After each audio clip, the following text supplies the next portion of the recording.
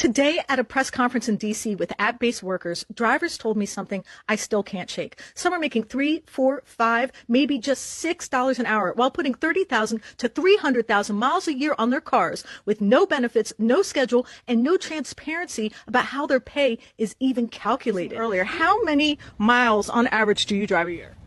Oh, it's because I know it from doing my taxes. It's anywhere between 20 to 26,000 miles a year. And how far did you drive to come to support this legislation? We drove 309 miles. We drove from New Haven, Connecticut. There's some particular asks in this bill. What are some of the ones that are really important to you?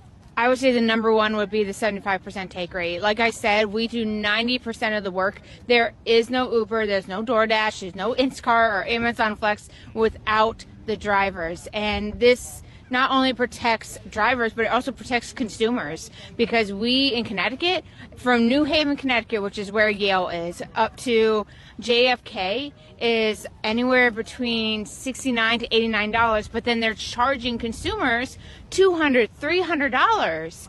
And it's so low, we can't afford it. It's not worth it for us. We don't get paid enough in tolls. And then on top of it, as well, you're overcharging and stealing from consumers. And these companies use invisible algorithms to decide who gets to work, when they get to work, and how much they earn. And drivers never see those decisions, but they feel the consequences every day.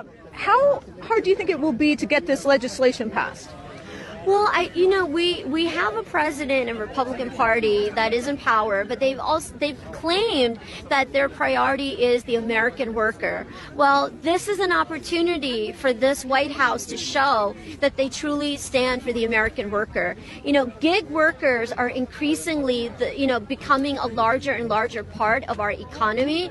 You have hundreds of millions of workers across this country that depend on this work, but more importantly, these companies depend on the labor of the workers. And so I think that, if the White House were really to live up to what its campaign promises were, then this is a bill that should be signed tomorrow.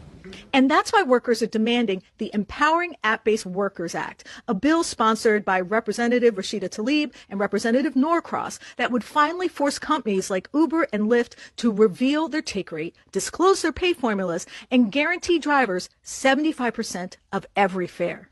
The data doesn't lie, but we need more to understand why my ride is getting more expensive while the driver is getting paid even less, and somehow the stock value continues to skyrocket. Because no one should drive hundreds of thousands of miles and still be unable to make a living.